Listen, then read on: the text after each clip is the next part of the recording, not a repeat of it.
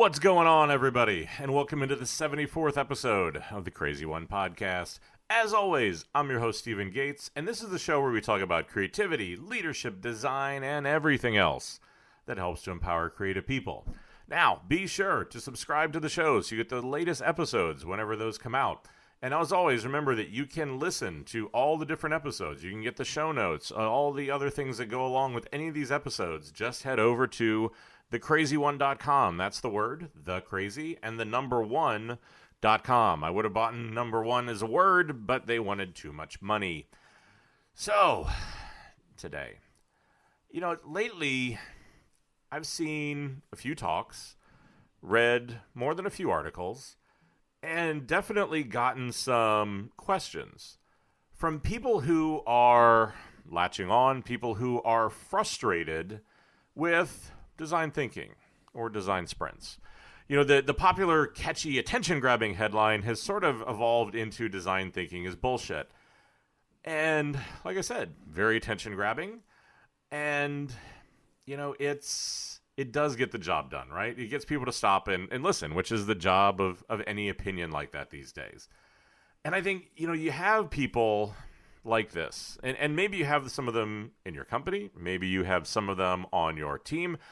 Maybe you're even one of them who has sort of seen this resurgence in design thinking. And it's an interesting sort of thing because design thinking has been around for about 60 years. I've done multiple episodes explaining what that is. I've used it for a big part of my career.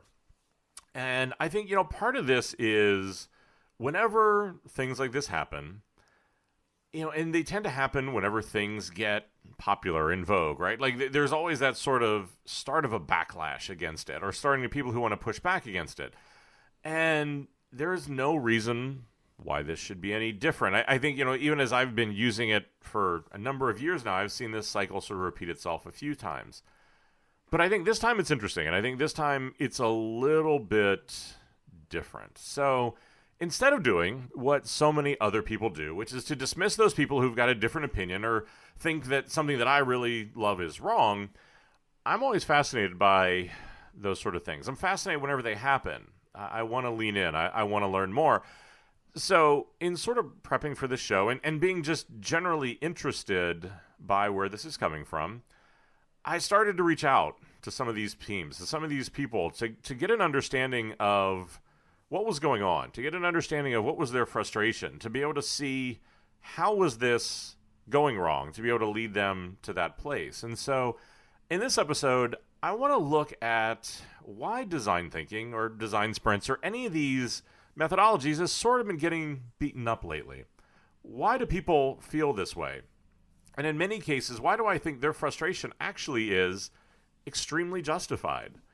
Because, what we're going to look at here is that I think there's sort of one big problem that tends to happen, and then there's probably 3 or 4 smaller problems that I see in a lot of the teams that I work with. And the reason why I want to keep coming back to this is that ultimately the thing that I think is so important is that design is having a moment. Now, if you follow me on any social media channels, you saw that, this week brought the release of, what was really kind of one of the big pieces of work that my team and the design education team at Envision have been doing over the last, 5 or 6 months probably, which was what we did is we went out and we've done the world's largest study of design maturity globally. We talked to about 2,200 actually different companies.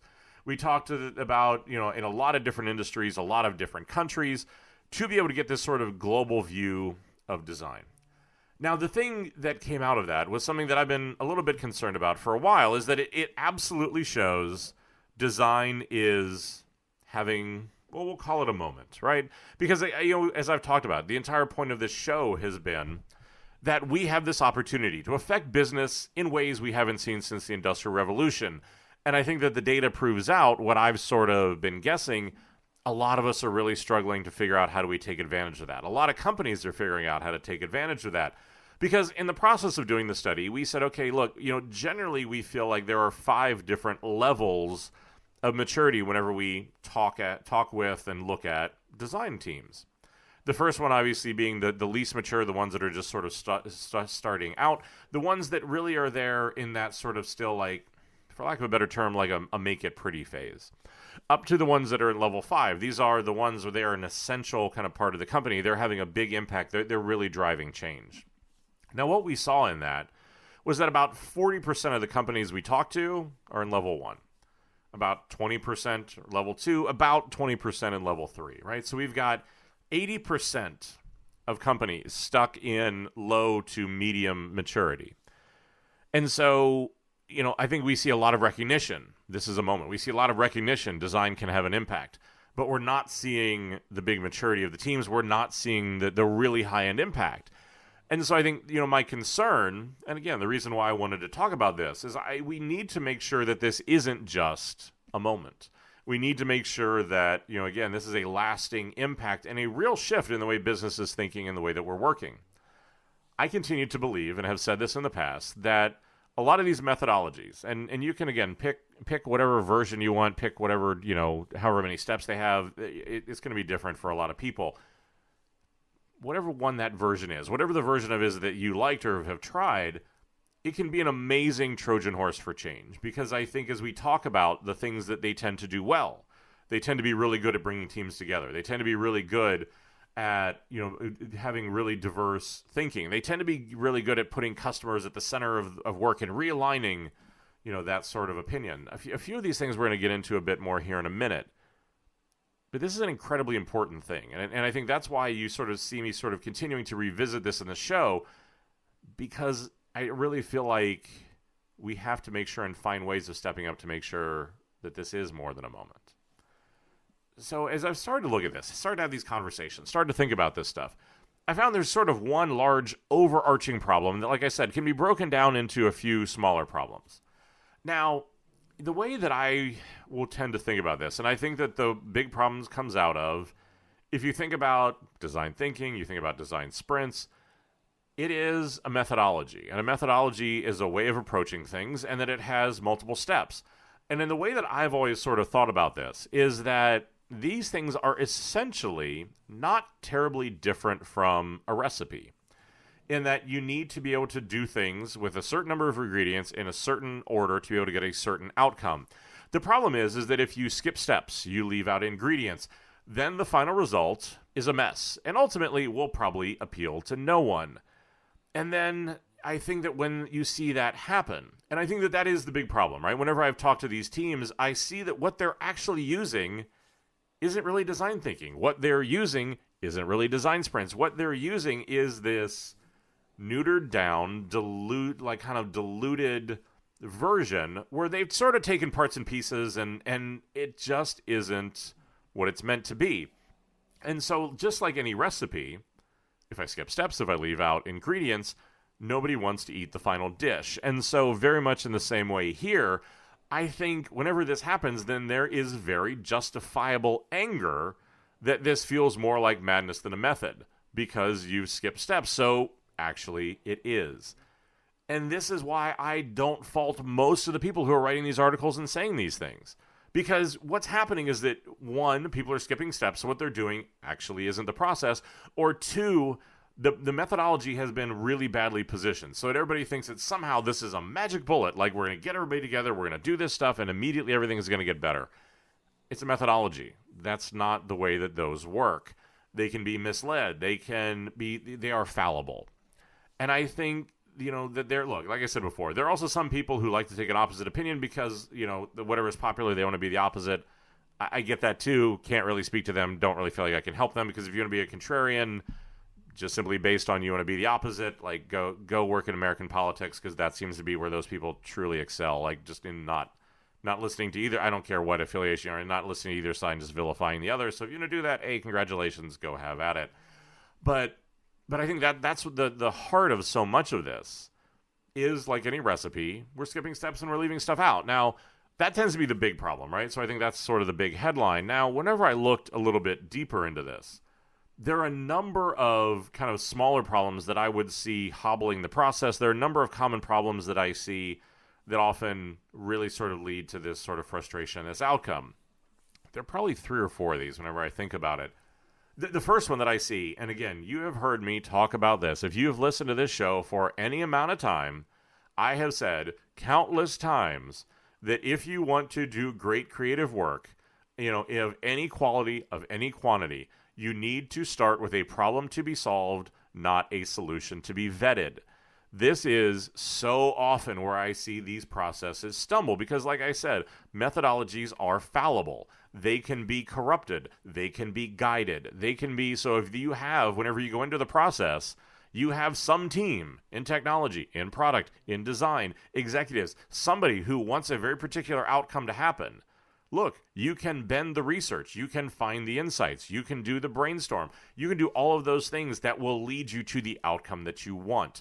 One of the absolute biggest problems, one of the toughest things to do whenever you teach this and whenever you use it is to stay unbiased. Because if you really want to do great innovative work, two things happen. One, you have to fail along the way. This is the iterative part of these processes that is so important. And again, as I've said, ideally, don't call it failure, call it learning, call it iterating, whatever that is. You need to do that to be able to do good work. You're not going to get it right the first time. And then I think the other thing, whenever you come through and do that, is the fact that, again, if you want to do something that is truly innovative, you're not necessarily going to understand what the outcome is going to be whenever you start. You need to go through, do the research, just look at the facts, look at the insights. That is the why that extrapolates the facts into that aha moment. Then from there, I need to then go in, be able to position a brainstorm, do a brainstorm, come up with those ideas, build a prototype, and test it.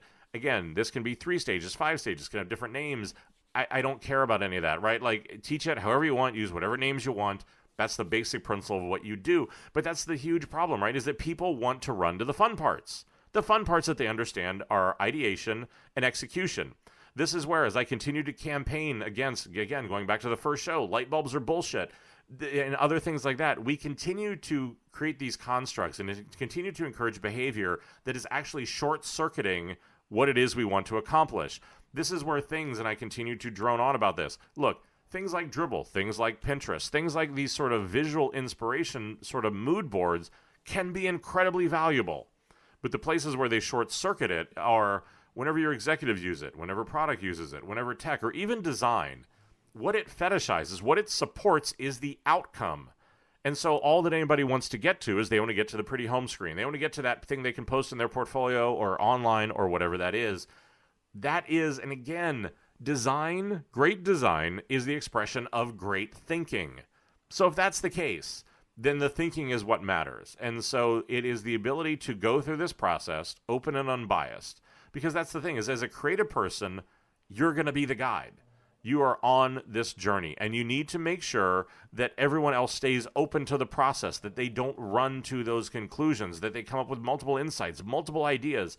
You're looking at this from a lot of different dimensions. And every time, I have taught these things for years, and every single time, there's always people at every single table on every single team that just want to skip it and just say, well, here's what the solution's going to be.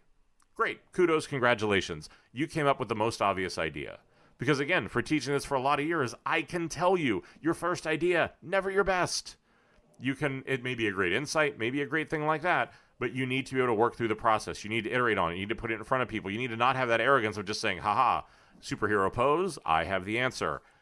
So again, the place to start is to make sure that you're getting a problem to be solved, not a solution to be vetted.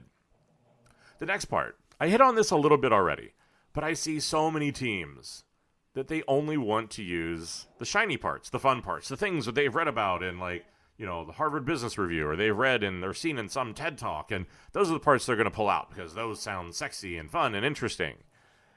Well, the problem is that this means, again, whenever I talk to these companies, these teams, these people, I found that they were only using parts of the methodology, and they were usually sort of, like I said, the cliched popular parts. I've actually had teams that have told me they practice design thinking, and I told them to describe it to me, and they pointed to a pile of Post-it notes in the middle of a table.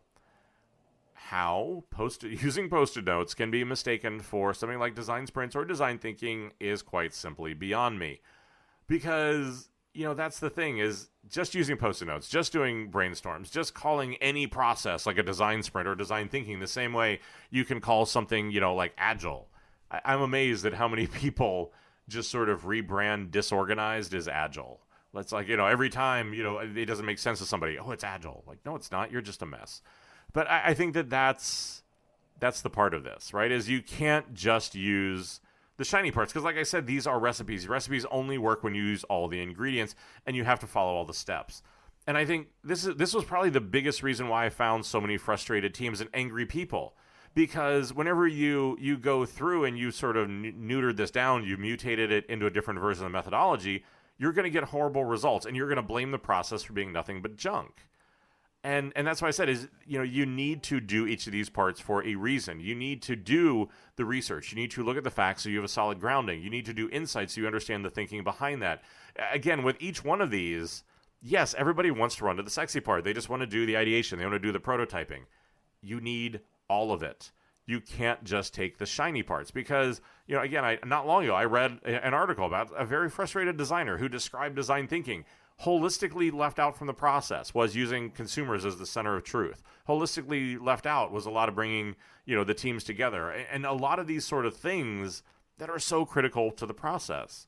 But I think the other part of it, whenever a lot of times that people just pull out the shiny and the fun parts, and I think, candidly, look, this is a really big problem, and I think not enough people talk about this. I think even like Google and some of the people when they teach design sprints maybe don't factor into enough that another big part of this, of why I think some of the shiny parts only get used, you need to look at, and you need to think about, and you need to have an honest discussion around what is the maturity of your design team and what is the maturity of your entire company or the teams that you're working with, because it makes a massive difference in how these things get adopted, how they get used.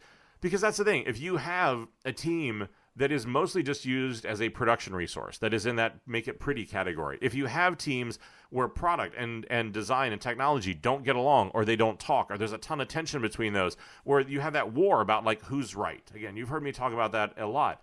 Though that is an immature sort of way of looking at that. Not in like immature and that I'm going to make fun of you, but it's just, you're still in the very beginning stages of how do we start to really elevate the impact of design? How do we elevate the influence of design? Now, whenever you're in that, you probably need to solve some very fundamental cultural problems before one of these methodologies is going to be effective. Because if you have problems with communication, if you have problems with collaboration, then again, I think this is many times why people just pull out the shiny parts, because those are the things that are easy. Those are the parts where we don't have to deal with the real problems, and we can keep having that big stack of pink elephants that everybody understands what the problems are, and we acknowledge it, but instead of dealing with them, we're just going to sort of feed them peanuts and kind of just keep them going. But so again, you need to also have an honest look at, is your team ready to use this stuff? Is your team in a place where this is going to be productive? Because like I said, it's not a magic bullet. It can't fix a relationship. It can't fix communication. So think about that.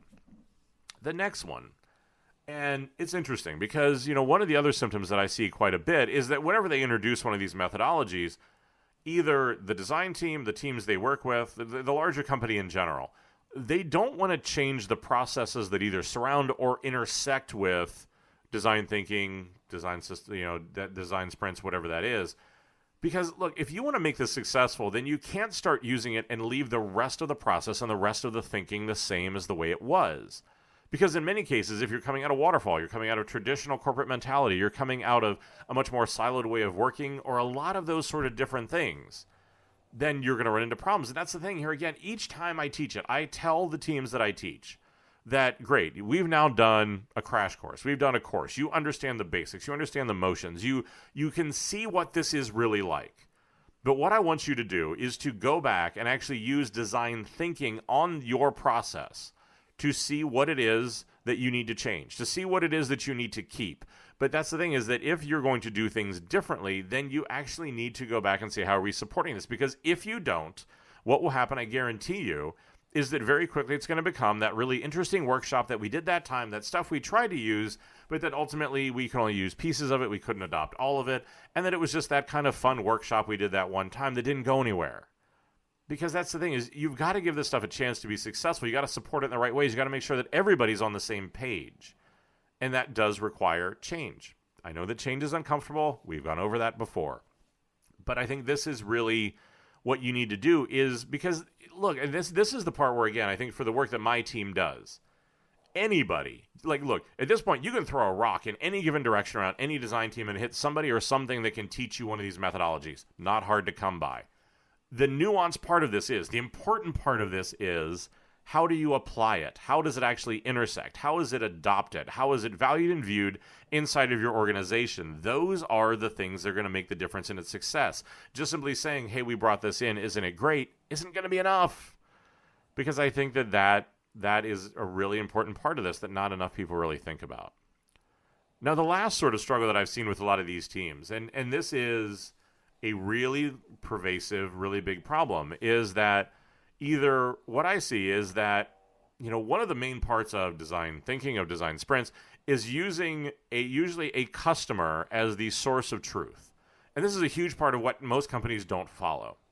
Because what they get trapped into is this sort of traditional view of what is leadership, what needs to do, what should my role be?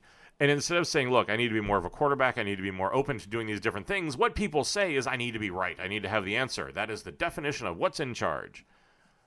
Great. That's an antiquated definition of what's in charge, because I think, I see the teams struggle because they have executives, they have product teams, they have tech teams or design teams who they want to be the source of all the ideas. They want to be the source of all the insights. They want to say, this is what we should go do. And I think this leads to a lot of conflict. It leads to the opinion war. A lot of the things I've talked about that are just simply not productive because it's about who's right. Now, look, what I'm not saying in this is that those teams don't have a voice, that they don't have an opinion, that they aren't the curators and the guides of what goes on. Because here again, on the one side, I need to balance it with, if I just have the arrogance of saying I have all the answers, in many cases, I'm not building things or I'm not creating things that can be effective as they should. On the other hand, if all I do is just simply follow the data, if that's all that I'm going to do, then I go data blind, my ideas get really stale, and this sort of goes to that really overused quote from Henry Ford about whenever he was building the car, if he just would have asked people what they wanted, he'd have gotten a faster horse. You've got to find the balance between those two, but making customers that source of truth puts the focus on where it belongs. It gives your work a real sense of the problems that it's solving and a real sense of if it's going to have an impact. It is a great way to settle those disputes. It's a great way to come back and to continue to validate and understand as you go through your work what actually is working. And it gives you a really good structure where, because the problem is, whenever one person also, and this is also the byproduct, right? Because when everybody comes in, they say, this is my idea, I want to be right, I'm the person that's in charge. The funny part is then when it doesn't work, amazing how that person's never around, amazing how they never want to take ownership for that, and then suddenly it was all about what was the team's idea. I know you just thought of some project or something where that's happened to you. I know you did. Because it happens so often, right? Everybody, when it's a success, everybody wants individual accolades, and whenever it fails, it's always somebody else's fault. But that's the thing, is think about what is that source of truth for the work? Because I think those sort of things about, again, where you're not starting with a problem to be solved, where, again, you're only taking parts of the process, where you don't want to change the processes that surround it, or, again, there is somebody that wants to be right and your source of truth is wrong. Those are the 4 biggest causes of why, whenever I've talked to teams, they think design thinking is bullshit. Now, that's the problem, is whenever you do that, all of those things are neutering or mutating that process. And I thought, like I said, is whenever you walk away from this, I need people to understand that methodologies are fallible. They aren't magic bullets. You can mislead it, you can influence, you can skip steps, and a lot of these other things that are going to send it off the rails. And so that's the thing, is that even if you are following all the steps, even if it isn't working, there are also cultural elements to this. Because if you want to create any change, if you want to create any good work, it cannot be just process. It cannot be just a methodology. You need a cultural component. You need a behavior component to go along with it. Because the methodology or the process gives us the steps. The cultural piece sets the behaviors and the way we need to adopt it, the mentality that we need to have whenever we go into it. One without the other doesn't work. When it's just process, then people don't understand how to apply it. They don't have the right behaviors to be able to adopt it successfully. Whenever it's just behaviors, then again, you've got a lot of people who are trying to do the right thing, but the way they do it becomes very happenstance and sort of all over the place because there's not a structure to it. So again, I need an emotional attachment and I need a structure. I need both of these to be able to do this. This is why I continue to say that anybody can teach you design thinking, but that's just such a small piece of what makes it successful. And I think this is the big piece. How it's positioned, how we change our existing process to adopt it, how we make it unique or customize it to our team, and so many of these other things are really going to define its success. And that's why I said, look, this is not just some blind love letter to design thinking or something like that. I've used this for a long time because I genuinely believe in it. I've used it and I teach it because I've seen the power that it can have to really change companies. But out of that, I also understand how fraught it is, how there are these different ways of the ways that it can go wrong. This is why my team and I come in and teach this and help set it up so often, because it is so challenging. Because, man, whenever it works, it is amazing to watch people who really have been stuck in other ways of thinking, people who really just didn't think that this sort of creativity was possible, people who would talk about how, they've heard about doing these sort of things, but they've never seen it come to life. It's amazing and sort of almost magical, I would say, to really go through and to watch it come to life, to watch people change, even in the meeting when you're teaching it, to watch that change. But it requires so much more than just what you name the steps or how many steps that they have. And so again, I think if you're in that place, if you're feeling frustrated, if you're going through that stuff, I make this offer at the end of every show, but look, reach out, let's have a conversation. I'm happy to help or give you some advice on where do I think it's going right? Where do I be going wrong? What are some of those things that you can do differently? Because as I continue to say, this needs to be a conversation, because it is up to us to make sure that this isn't just a moment. It's up to us to make sure that, again, we're helping these things really have the impact that they should. Because we are the guides, we're the Sherpas. We're the ones that are used to, we're the ones who are used to and we're comfortable being uncomfortable. We're used to jumping off the cliff, building our wings on the way down, and hopefully not Wile E. Coyoteing whenever we get to the bottom of that canyon. So many other people don't have that. So many other people don't have that ability. And again, that's not a design bias. It's just, again, whenever you study basic human psychology, we are the reminders that everyone is creative. We are the reminders of what it was like to be kids whenever everybody was an artist, a superhero, or anything else in between. We're what that reminder is. So, as usual, look, I think hopefully this helps. I think hopefully this will give you some amount of insights. If you don't, please reach out and let's have a conversation about this. And as usual, look, if you find the show helpful, if it's something that you think you're getting good insights out of that, go to your favorite podcast platform. Take a couple seconds, leave a review. Brings more people into the show, helps kind of get more of a movement, helps get more of this information out there. Subscribe to the show. Make sure you're getting the newest episodes when those are coming out.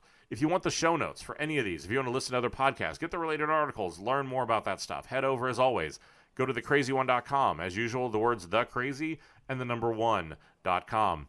Follow me on social media. You can reach out to me. Reach out to me on Twitter. Probably not Instagram because they're messaging, and half the time I miss those too often. Reach out on LinkedIn. Hit the contact form on my site. Go to Facebook. Type in the Crazy One Podcast. Like the page there. I'm answering questions there all the time. Posting different things. But reach out. And again, if you're kind of one of those people who is frustrated, you're one of those people that's going through this stuff, I'm here to try to help if I can. As usual, everybody down in legal wants me to remind you that the views here are just my own. They don't represent any of my current or former employers. These are just my opinions. And finally, I say it every time because I mean it every time, but thank you for your time. I know that time is truly the only real luxury that any of us have. I was incredibly humbled you want to spend any of it listening to me. So, go out there. Prove that what we're doing isn't bullshit. Prove that this is more than just a moment. And do it all. And always remember to stay crazy.